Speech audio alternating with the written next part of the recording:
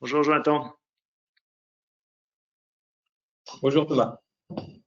Bon Jonathan, c'est presque à chaque fois qu'on se retrouve, hein, il se passe des choses sur les marchés financiers, on a l'habitude, mais là, ça a été une vraie bonne nouvelle qui a été applaudie comme il se doit, l'annonce par plusieurs groupes pharmaceutiques de premiers vaccins, premiers résultats encourageants sur des vaccins anti-Covid, et logiquement, les bourses ont applaudi. Oui, effectivement, on avait l'habitude d'avoir un tweet de Trump qui fait bouger les marchés à la hausse, à la baisse, significativement. Avec la défaite de Trump, on pensait que c'était derrière nous. Et juste après, la semaine qui a suivi, on a eu un tweet, cette fois d'une entreprise, Pfizer, qui a fait bondir les marchés, littéralement, plus 8, plus 9%, plus 10% dans la journée, et encore plus 10% dans les semaines qui ont suivi cette annonce-là. Effectivement, cette annonce sur le vaccin est ce qu'on appelle un game changer en anglais sur les marchés financiers. C'est quoi un game changer? C'est un événement qui va changer considérablement la donne sur les marchés financiers, considérablement le scénario économique sur les mois et les trimestres qui viennent. C'est ça l'enjeu qui s'est passé en une journée, en quelques minutes avec ce tweet. On a eu des perspectives économiques qui sont redevenues beaucoup plus roses. On pensait que le vaccin sortirait au mieux en 2021, peut-être 2022. La communauté scientifique était assez divisée. On n'avait pas de perspective assez claire, précise sur la date du vaccin. Là, l'annonce que Pfizer a fait, c'est qu'ils étaient à la fin de la phase 3. Ils ont des résultats qui sont forts. Ils ont déjà demandé, depuis cette annonce, à la FDA, à l'agence américaine, la possibilité de mettre en place ce vaccin, de vendre ce vaccin. Et si tout va bien, les premières vaccinations commenceront le 11 décembre, donc dès 2020. On ne va pas attendre 2021 pour vacciner aux États-Unis. En 2020, on va commencer les premières vaccinations. Alors pour autant, est-ce qu'il faut acheter cette bonne nouvelle de façon complètement sans aucune question et sans aucune arrière-pensée? Vous le dites, si tout va bien, est-ce qu'on est sûr finalement de l'efficacité de ce vaccin? Est-ce qu'on peut pas avoir un retour de flamme si par malheur on apprenait que finalement c'était pas le produit, le remède miracle qu'on attendait? La communauté scientifique a quand même salué ce vaccin en disant que c'était une avancée extrêmement puissante. Ça, tout le monde l'a dit. Et il faut savoir qu'il y a deux vaccins de même technologie avec la société Moderna, société américaine, une autre société BioNTech, qui est une société allemande.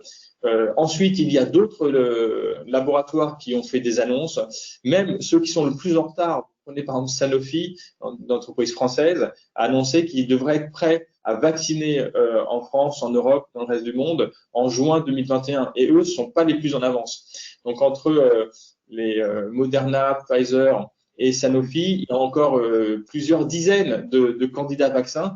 Donc, on a quand même une bonne chance pour que la vaccination prenne effet et apporte ce qu'on attend depuis longtemps. D'accord. Avec aussi des enjeux logistiques qui sont importants, notamment la chaîne du froid pour celui de Pfizer que vous avez mentionné et de distribution jusqu'à ce que la vie revienne à la normale. Est-ce que justement c'est ça sur quoi mise la bourse, la finance pense qu'on va revenir à une vie normale à quel horizon? Alors, là, c'est difficile de répondre à cette question précisément, mais en tout cas, la bourse, la finance regarde devant elle, devant nous, et elle regarde plusieurs trimestres en avance. Donc, la question n'est pas de savoir ce qui est en train de se passer en ce moment économiquement, mais ce qui va se passer dans plusieurs trimestres. Il est presque acquis que le trimestre en cours va être mauvais économiquement. Et pourtant, vous voyez que les bourses n'arrêtent pas de monter depuis un mois et demi. Il est presque acquis que les chiffres économiques vont être mauvais aux États-Unis au premier trimestre 2021. Là, je ne parle même pas du trimestre en cours, je parle du prochain trimestre.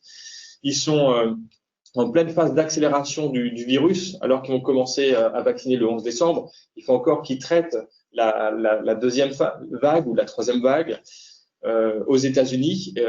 Et là, les chiffres ne sont pas bons. Et pour autant, vous voyez, les marchés se projettent bien au-delà de ces deux trimestres, du trimestre en cours et du trimestre qui suit. Ils se projettent au-delà. À partir du deuxième, troisième et quatrième trimestre, on anticipe que les chiffres économiques devraient être très bons. On anticipe un rebond économique assez fort. Et pour ça, on s'appuie sur deux observations. La première observation, c'est ce qu'on peut voir en Chine. En Chine, ils ont jugulé la crise sanitaire et on voit que le rebond économique est extrêmement puissant. Ensuite, deuxième observation, c'est les enquêtes de conjoncture qui ont lieu actuellement auprès des entreprises européennes. Alors que on est en plein confinement en France, dans le reste de l'Europe, on s'attend à ce que les résultats de ces enquêtes soient pas bons. Mais quand vous interrogez les chefs d'entreprise, vous leur demandez les perspectives. Après l'annonce de Pfizer, après l'annonce de Moderna, les chefs d'entreprise sont très optimistes sur les 12 mois qui viennent. Donc, on s'attend à ce que cette fois, le rebond soit un vrai scénario en V. Avec un phénomène assez intéressant qui s'est produit. Il y avait beaucoup de valeurs très en retard, hein, ce qu'on appelle les valeurs value, c'est-à-dire celles qui normalement cotent, sont décotées. Et puis la technologie, les valeurs technologiques qui montaient très fort, et ça s'est un peu inversé, c'est-à-dire qu'on a vu un rebond assez spectaculaire d'entreprises qui étaient très affectées, comme dans le tourisme avec Accor, l'aéronautique, Airbus, l'aviation, Air France, et celles-ci ont vraiment en tout cas retapé au fond de la piscine et remonté un petit peu le chemin qui avait été abandonné ces derniers mois.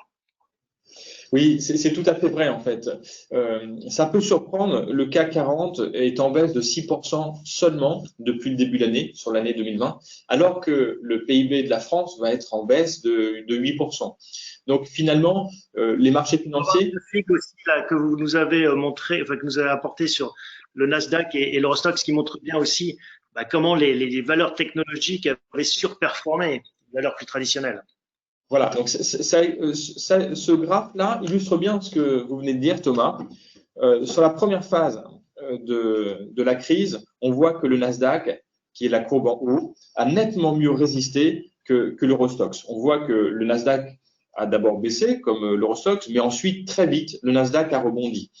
Il y a dedans ce qu'on appelle des valeurs confinement, typiquement Netflix, Amazon, par exemple, qui ont bénéficié des confinements, qui bénéficient quelque part de la crise actuelle. On voit bien, on s'appuie beaucoup plus sur les valeurs technologiques, sur des boîtes comme Zoom. Tout le monde connaît Zoom. Je suis pas sûr qu'il y ait un an, beaucoup de gens connaissaient cette entreprise Zoom. Et ensuite, depuis un mois et demi, effectivement, et en particulier depuis l'annonce de Pfizer, de Moderna, on voit que les choses se sont non pas inversées, mais se sont équilibrées. Il n'y a pas ce qu'on appelle une rotation sectorielle. Une rotation sectorielle, c'est des secteurs qui baissent et des secteurs qui montent. Il n'y a pas les valeurs cycliques, comme vous dites, qui montent au détriment des valeurs Nasdaq, des valeurs des nouvelles technologies. Mais on voit que le Nasdaq se maintient depuis un mois. Il est même légèrement en progression quand même. Mais par contre, c'est le reste des valeurs cycliques qui progressent. Et elles progressent parce que elles avaient beaucoup baissé et parce qu'elles étaient en retard. Si vous prenez, alors l'Eurostoxx, il y a des valeurs de croissance, il y a des valeurs cycliques. L'Eurostoxx est encore en baisse de 8% depuis le début de l'année, quand le Nasdaq est en hausse de 32%. Alors c'est vrai qu'il y a l'effet dont vous parlez, des valeurs comme Accor qui ont bien rebondi par rapport à leur point bas, mais Accor, par exemple, est encore en baisse de 25% depuis le début de l'année. Une autre, elles n'ont pas fait tout leur retard.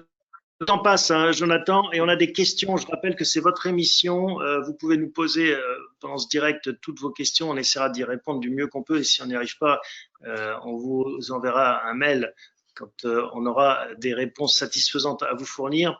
Des questions qui nous sont provenues d'internautes en amont. Quel ETF asiatique me conseillez-vous en 20 secondes? Est-ce que vous avez un nom en tête à conseiller à Michel M? Oui, d'abord, effectivement, je pense qu'il a raison d'investir sur l'Asie. Nous, on est très favorable. Dans les portefeuilles qu'on propose à nos clients, on met une ligne sur l'Asie. Ou l'Asie ou la Chine, en fait, c'est à réfléchir. Alors, pour l'Asie, il y a un ETF qui s'appelle un ETF de chez Lyxor, MSCI Emerging Asia, qu'on recommande. Ou sinon, s'il veut jouer la Chine, à proprement parler, il y a un autre ETF chez Lyxor qui s'appelle MSCI China. D'accord. Autre question pour finir, Jean-Yves S. Est-il possible qu'il y ait un retour à une situation économique comme avant, après le Covid, ou bien cette crise sanitaire? Alors, si on part sur le plan économique, l'économie française devrait revenir sur son niveau d'avant la crise dans son ensemble en 2022. Ce sont les hypothèses qu'on a, sachant qu'il y a des secteurs qui ne seront pas encore au niveau d'avant-crise en 2022 et d'autres qui seront bien au-delà, bien au-delà de ce qu'ils étaient avant la crise. Si on parle des marchés financiers, il est probable qu'on revienne sur les niveaux d'avant-crise avant 2022, peut-être à la fin de l'année. Si les marchés continuent à anticiper une bonne année 2021 économique, il est possible qu'on atteigne les niveaux d'avant-crise fin d'année ou courant 2021. Et très rapidement, oui ou non, est-ce qu'il faut investir en ce moment en bourse après le fort rebond qu'on a connu, ou est-ce qu'il faut attendre que ça se tasse un peu? Le rebond a été très fort, effectivement, mais on pense que ce retour des valeurs cycliques n'est pas fini parce que les valeurs cycliques avaient beaucoup baissé. Vous avez donné l'exemple d'Accor, vous prenez d'autres entreprises qui ont baissé encore de 45% depuis le début de l'année. Il y a encore de la place à un rebond pour ces entreprises-là. Merci beaucoup, Jonathan. Et puis on se retrouve, j'espère, en chair et en os dans un mois pour une nouvelle analyse des marchés financiers.